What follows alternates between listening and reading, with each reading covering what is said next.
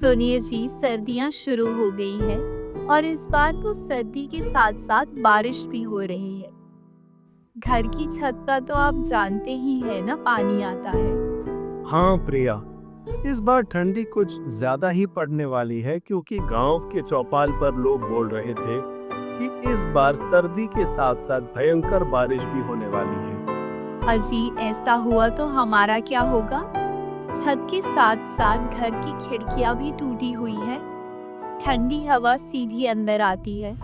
आप कुछ कीजिए ना। हाँ, मैं कुछ करता हूँ। मालिक के पास जाकर देखता हूँ। वे अगर कुछ मदद करेंगे तो मैं घर की छत और खिड़कियां ठीक करवा दूंगा। ठीक है। अगली सुबह नितिन मालिक के घर की तरफ चल देता है। नितिन का मालिक, जो स्वभाव से बहुत ही कठोर और निर्दयी था, अलाव के पास खड़ा अपने नौकरों पर चिल्ला रहा था। नितिन अपने मालिक के पास जाता है और उनसे कहता है, मालिक, ठंडी का मौसम आ चुका। कल तो हल्की हल्की बूंदाबांदी भी हो रही थी और मेरे घर की छत और खिड़कियां टूटी हैं, जिससे कि घर में पानी और हवा आती है। और अगर मैंने जल्दी से उसे ठीक नहीं करवाया तो ठंडी में हम लोगों को बहुत दिक्कत हो जाएगी। मैं और मेरी पत्नी तो किसी तरह दिन काट लेंगे, लेकिन मेरी एक छोटी सी बेटी है। वह इतनी ठंडी में उस टूटे फूटे घर में नहीं रह पाएगी। नितिन की बातें सुनकर मालिक कहता है, अरे नितिन, तो उसमें मैं क्या कर सकता हूँ? आप मुझे थोड़े बहुत पैसे उधार दे देते तो मैं अपने झोपड़े की मरम्मत करवा लेता और मैं दिन रात मजदूरी करके आपका उधार चुका दूंगा। अरे, तूने अभी तो इतना काम भी ना करा जो मैं तने उधार दे सकूं। अभी मेरे पास पैसे कोन्या। सर्दी की वजह से सारा धंधा चौपट हो रहा है। और सुन मेरी बात, काल से काम पर मत आइए। मने तेरे बर्गे मजदूर की जरूरत कोन्या। अरे मालिक, मैं तो मदद की उम्मीद से आपके पास आया था, लेकिन आप तो उल्टा मुझसे मेरा ही रोजगार छीन रहे हो। ऐसा मत करो मालिक, मत करो। मैं कहाँ जाऊंगा? नितिन के इतनी मिन्नतें करने के बाद भी उसका मालिक अजय उसकी एक नहीं सुनता है और बेचारा नितिन वहां से दुखी मन से वापस चला आता है। नितिन दिन भर जगह जगह काम ढूंढता है, लेकिन उसे कहीं भी काम नहीं मिला। सुबह से रात हो गई। सीमा को बोलकर आया था कि छत का इंतजाम कर दूंगा, पर यहाँ तो नौकरी भी चली गई। घर ठीक होना तो छोड़ो, खाने तक का इंतजाम नहीं कर पाया। नितिन चाय की एक दुकान के आगे बैठा यह सब सोच ही रहा था कि तभी आसमान में काले बादल छा जाते हैं और जोर जोर से बिजली कड़कने लगती है। हे भगवान, लगता है बारिश होने वाली। मुझे तुरंत घर पहुंचना होगा, वरना सीमा अकेले कैसे संभालेगा। नितिन जल्दी अपने घर की तरफ दौड़ता है। वह कुछ दूर चला ही था कि तभी जोर जोर से बारिश शुरू हो जाती है। हे ऊपर वाले, ये कैसी परीक्षा ले रहे हो? पहले क्या आपको हमारे दुख कम लग रहे थे, जो ऊपर से यह बेमौसम की बारिश और शुरू कर दी? धीरे धीरे बारिश बढ़ जाती और चारों तरफ पानी ही पानी हो गया था, मानो कोई समुद्र हो, जिससे नितिन का उसमें चल पाना बहुत मुश्किल हो गया था। वह एक पेड़ के नीचे रुक जाता है और बारिश के थमने का इंतजार करता है। हे भगवान, एक तो इतनी ठंडी और ऊपर से यह तेज बारिश। मेरे तो हाथ पैर सुन्न पड़ रहे हैं। इतने पानी में चल पाना भी मुश्किल हो गया है और घर पर बेचारी सीमा अकेली परेशान हो गई होगी। नितिन काफी देर तक उस पेड़ के नीचे बारिश के रुकने का इंतजार करता है, लेकिन बारिश थी कि रुकने का नाम तक नहीं ले रही थी। चल नितिन, इस बारिश का कोई भरोसा नहीं, या रुके या ना भी रुके। इतना कहकर नितिन उस तेज बारिश में घर के लिए चल पड़ता है। जहाँ तक नितिन की नजर जा रही थी, सब तरफ पानी ही पानी था। छोटी छोटी झोपड़ियां तो पानी में बहकर बह गई थी। यह देखकर नितिन को अपने घर की चिंता होने लगती है।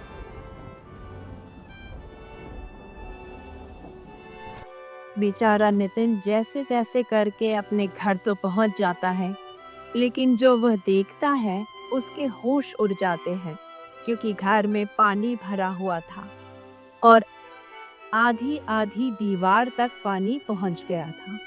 प्रिया, तुम ठीक हो ना? गुड़िया ठीक है ना? हाँ, हम दोनों ठीक है। और देखो, मैंने गुड़िया को ऊंचे पलंग पर बिठा दिया है, लेकिन हमें घर का सारा पानी बाहर निकालना होगा। हाँ चलो प्रिया, निकालते हैं।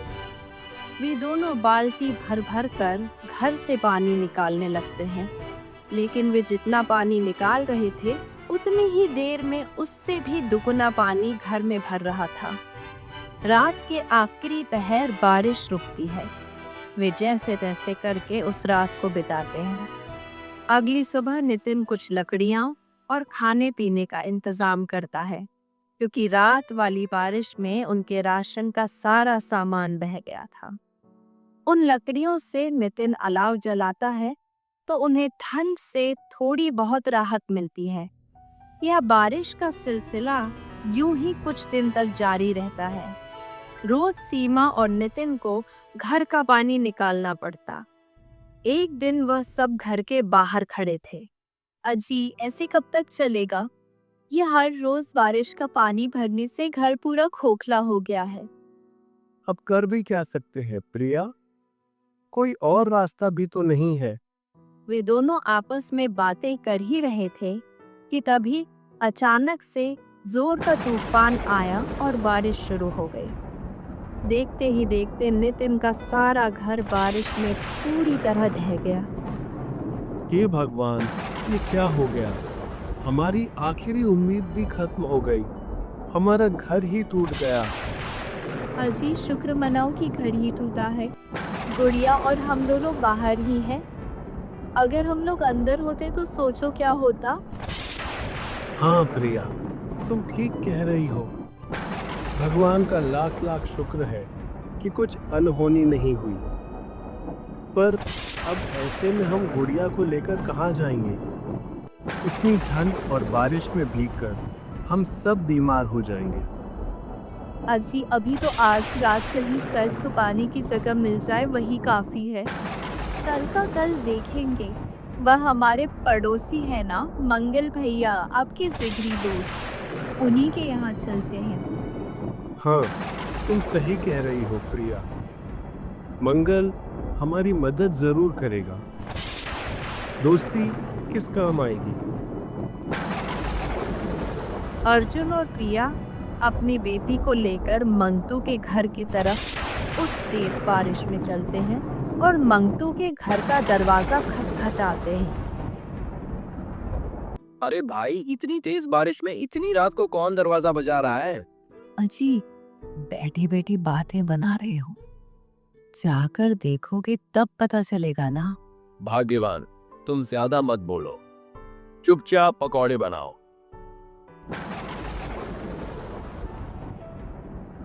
अरे अर्जुन, तू पूरे परिवार के साथ इस समय यहाँ, सब ठीक तो है ना? अरे कुछ ठीक नहीं है मंगतू भाई।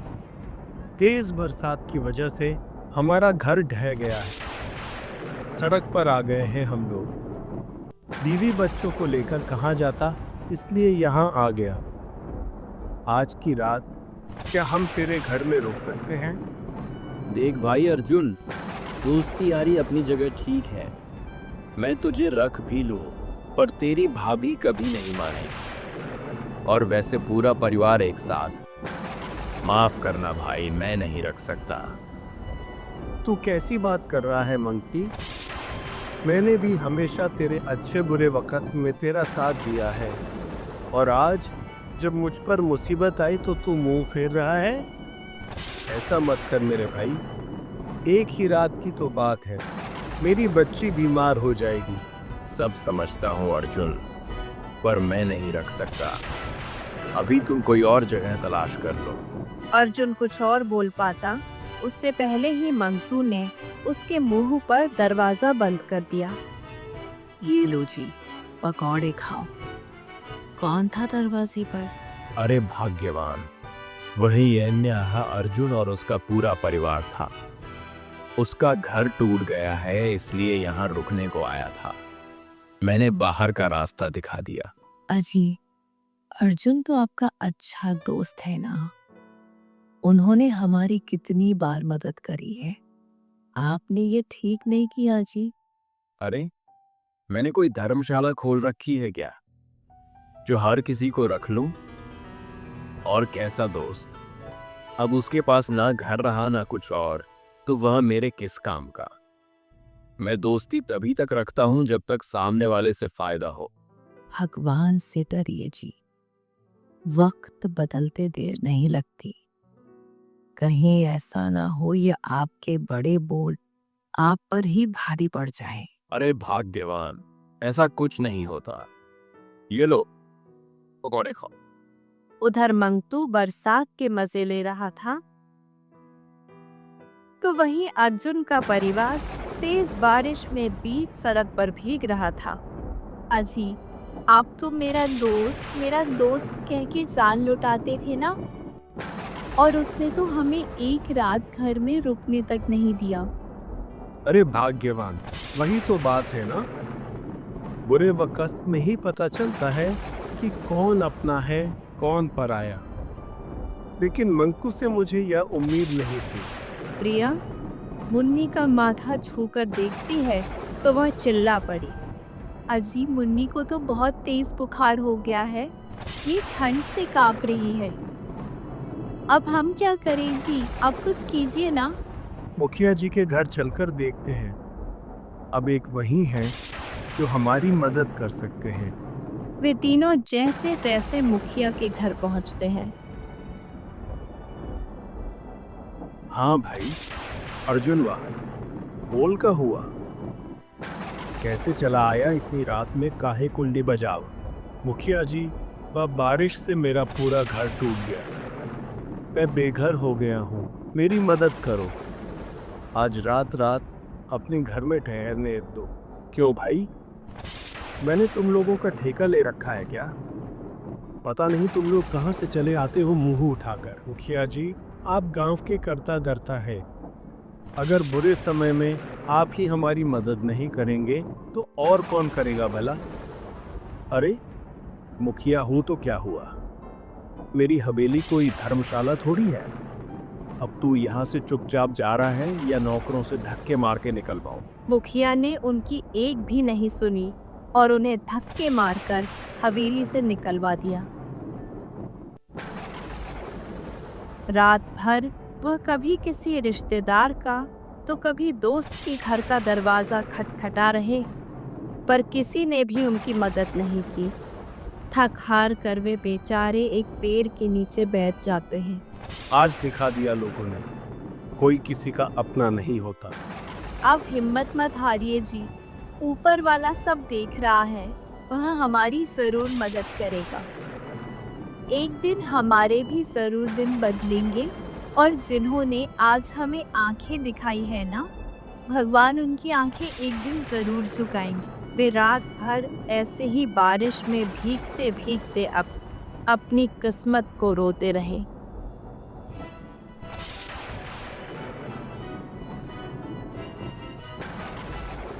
भाग्यवान, तुम यहीं पेड़ के नीचे मुन्नी के साथ रहना। मैं कुछ खाने पीने का इंतजाम करके आता हूँ।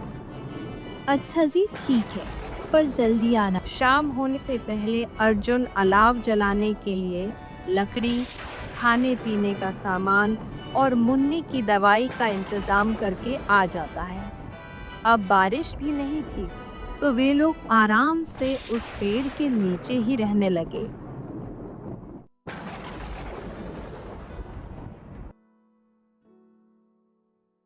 एक सुबह अर्जुन का दोस्त मंगतू वहां से गुजरता है।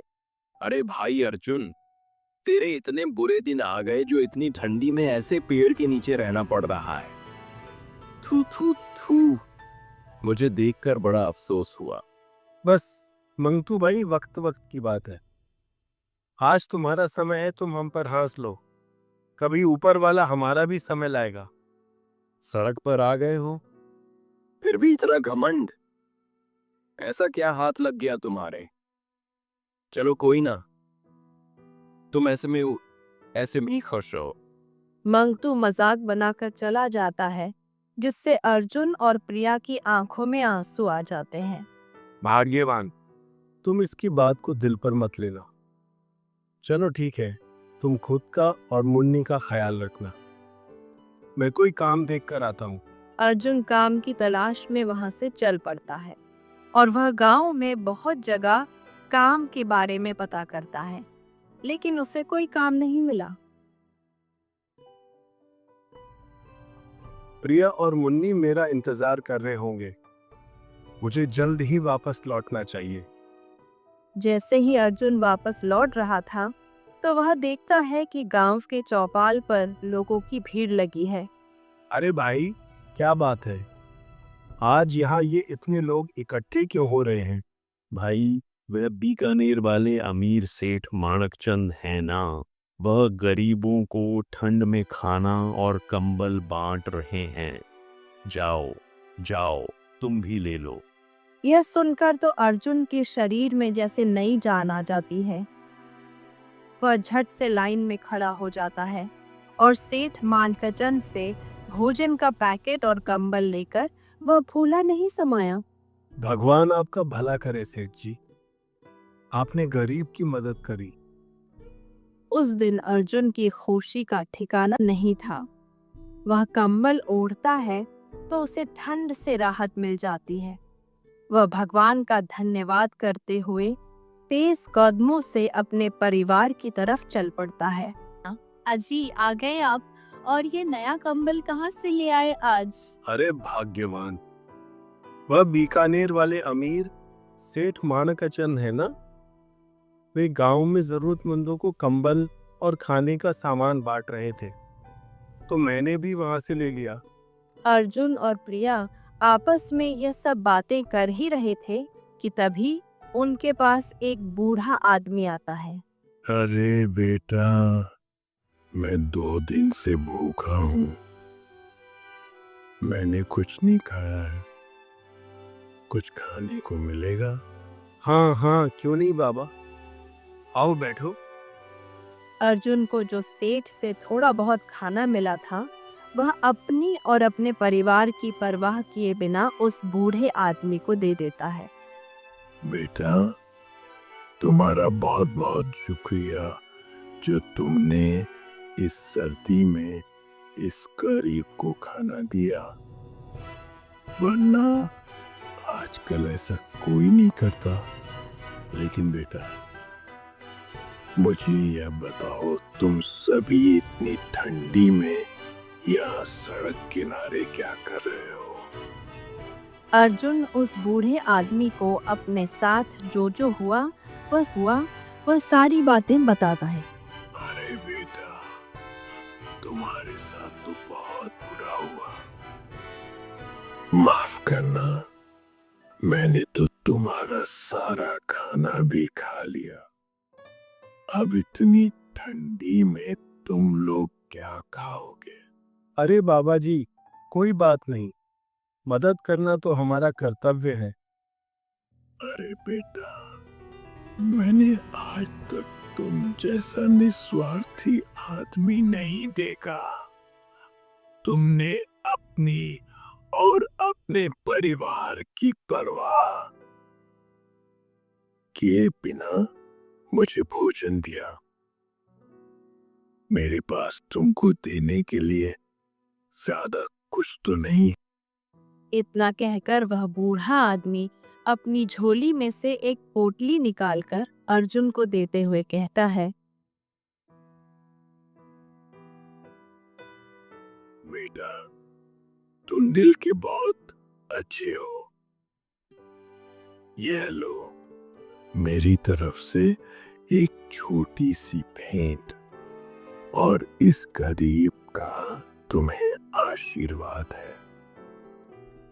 तुम जिस चीज को भी छू लोगे, वह लोहे से भी मजबूत हो जाएगी। इतना कहकर वह बूढ़ा आदमी वहां से चला जाता।